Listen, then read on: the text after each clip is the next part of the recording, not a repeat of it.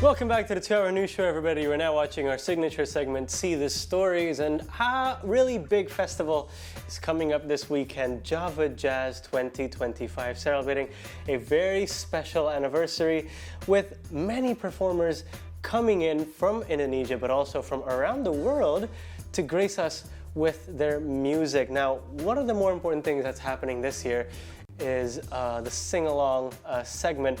Very special because it's going to be featuring songs from recently dearly departed artists from Indonesia, Titik Puspa. May she rest in peace. But certainly we can't wait to celebrate her life with the artists that are going to be singing on stage, singing her songs. But we also can't wait to see many of the artists who are going to be performing for this year's Java Jazz Festival. And so to know more about this, we are now connected to Nikita Dompas, one of the minds behind Java Jazz, to talk about what we can expect over the coming weekend. Nikita, thank you so much for taking the time to speak to us here at C today. We're pleasure. It's mine. Have you. Yeah, my pleasure. Fantastic. So let's jump straight in because, you know, amid the growing number of music festivals that are occurring both at home and abroad, Java Jazz, which is celebrating a very special anniversary, isn't it, this year, continues to hold a special place in the hearts of Indonesian music lovers. So can you tell us about what this year's event is going to be like? Is it going to be any different, specifically because you're holding a very special anniversary, sir? Yeah, thanks for the question. So, but every year is different. Especially this year is our 20th anniversary, as you may know. So I think you'll be seeing a lot of different arrangements from every group that is going to play in Java Jazz.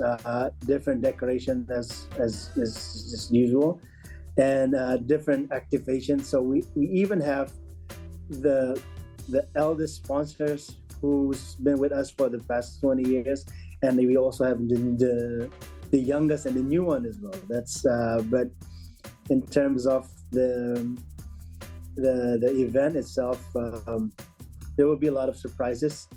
Definitely, we have this unique. One of them is this unique performance from the Jakarta Drum School, who is actually they brought a very unique 9-neck guitar. So it's a large one. So usually guitar only have one neck. So they incorporated this nine gigantic guitar, who's going to be played by 9 different guitar players at the same time. And I think there's only one. I think there's one and only program who has that, not in any festival and around the world. So you are going to see that only in Java Jazz this year.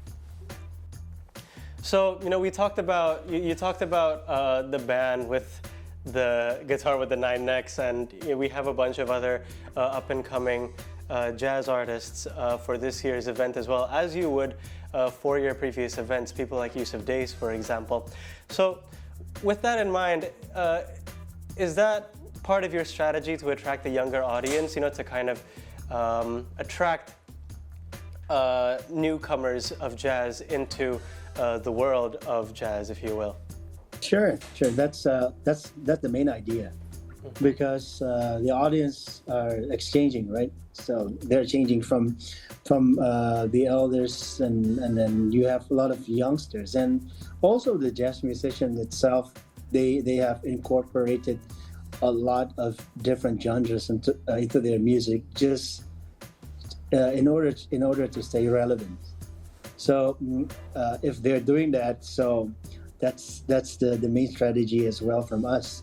So because, you know, jazz essentially is not an, you know, it's just to be honest, and the jazz is not an easy, you know, it's not a walk in the park kind of music. Yeah, right? yeah. So you need, but I believe everyone have their own different entry point into jazz. because I had the same experience probably like 20 years ago when I went to this jazz festival. I literally bought the tickets just to watch just to watch Dewa 19 who was playing at that festival. But I bought the tickets for 3 days, so I was like, might as well. I checked different stages. I checked different artists. So that's the first time I fell in love with jazz, and I hope. I really do hope if we can just get like 10% out of 100,000 who is going to come to Java Jazz, so we have no issues about regeneration of jazz musicians and jazz audiences. Okay, how much growth have you seen from your personal experience? How much growth have you seen in people who like jazz in Indonesia? Would you say? I cannot speak in detail about numbers, but I have seen, because I'm also a musician. And let's see, probably around 10 or probably 10 years ago. So we were talking about 2015 or 2014. It is hard for us musicians just to have, for instance, a horn player, because there were not a lot of them. Java Jazz has been the catalyst for different type of horn players who's coming in and out, and now we have immense horn players. We have too many to count. Drummers, bassists, guitar players, and new singers. So I think Java Jazz has been helping a lot of up and coming younger Indonesian generation of jazz musicians. Yeah. Well, one of the highlights and trademarks of Java Jazz Festival, which you guys have every year, is the sing-along segment, where performers engage the audience to sing together. And I think that's a massive part of why people go to Java Jazz. I personally really enjoy that aspect very much because it makes me feel like a part of the greater community, if you will, right? Oh, thank you so much. You're very welcome. But this year it's a little bit different because this year's sing-along segment will pay tribute to an artist which I mentioned earlier who recently passed away, Ibu Titik Puspa. Can you tell us about that and the reasoning behind why she was chosen? Oh yeah, so the idea of the sing-along came last year. Actually, that was our first sing-along, who is actually paying tribute to a lot of boy band and girl band songs.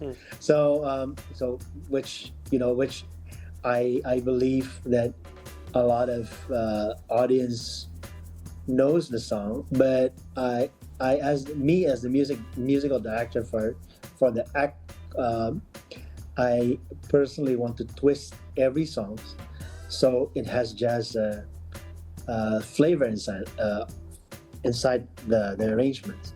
Now going forward into the second year of doing the sing along, probably like 2 or 3 months ago, I went to Dewi Ganta and asked, I proposed the idea, probably 2 months ago, proposed the idea of doing the Titi Puspa as she just passed away, because she's an amazing songwriter, amazing singer, amazing actor, and I think her music speaks to a lot of people. It crossed a lot of different generations, and people will relate to their song. And we have collaborators from Adikara, Bilal Indrajaya, the young and the upcoming singer, and also Danila, who's actually, she's from how do we call that, the left side, or no, it's I'm looking for the right term for that type of music. So she's from the side stream. That's what we call it. And we also have the legendary Krisdayanti, is actually she's a diva, and she's from the mainstream. And we incorporated them into a project I think is going to be very interesting, because the four of them have a different interpretation of doing the Titi Puspa song.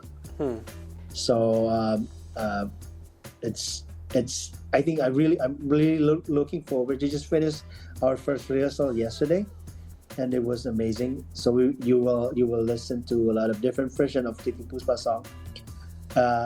We also have choirs inside of it, horn players, and I even incorporated some AI stuff into the show. Okay. For the like the opening section stuff. So just trying to be relevant but still have this roots of jazz. That's very interesting that all of these artists from different generations, Adhikara is relatively, or very young, I should say, and Danila is her own in her own bubble, if you will. But we also have Krisdayanti, who's been in the game for a very long time, all coming together for Titik Puspa. What was their reaction like when you first invited them to be part of the sing-along? They were very they were very enthusiastic when I asked them to join this project, because I think even each and every one of them was suggesting what was song that they would like to perform, and then I was like, no, I'm the one who's going to tell you what are you going to sing, because if they want to sing just their favorite song, it's I think it's not fair. So I was like, yeah. So from my point of view, I think it will be interesting if Bilal will sing this song, and Krisdayanti will sing this song, and Danila will sing that other song, and also with Adhikara with their own interpretation. I think that's what the audience looking forward to. It's certainly going to be very interesting to see them kind of imprint their own styles onto classic Titik Puspa songs for sure.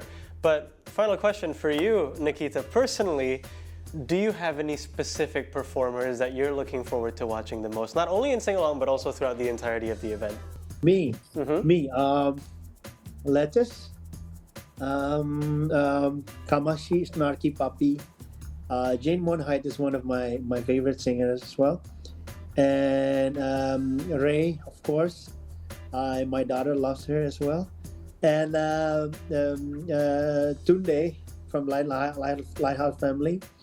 I grew up in that era, listening to their songs, and also Jacob Collier, who came to Java Jazz when he was just an internet sensation, but now he's a big star, and he's coming with full band, and he came to Jakarta last year, but just doing his solo concert, right? But I think it's a great chance just to see what he's going to do with all the audience, because he's known for his interaction with the audience. I actually went to see Jacob Collier's performance in Japan a couple of years ago, so I was blown away by the way he interact with the audience. So I think it'll be very interesting just to see him doing that in Yeah, personally, I can't wait to see that happen as well. I mean, he's just an absolute genius, isn't he, with crowd work? So yeah, I think he's an alien. All right, perfect. Mas Nikita, thank you very much for taking the time to speak with us here at See Today. Best of luck with the event. We know for sure it's going to be a big hit, as it always is. So we're looking forward to taking part this weekend. Yeah, thanks for this. And that concludes our conversation with Nikita Dompas of Java Jazz. we're certainly looking forward to this year's event. But if you're watching after the end of the festival, don't worry, because 2026 is set to be a big hit for the festival as well. Certainly we can't wait for that particular show, but we here just before Java Jazz begins cannot wait to see how this year's event will pan out. And of course, that brings us to the end of our interview segment, but don't worry, we'll be right back with another See the Story segment right here on the 2 Hour News Show, so stay tuned on See Today.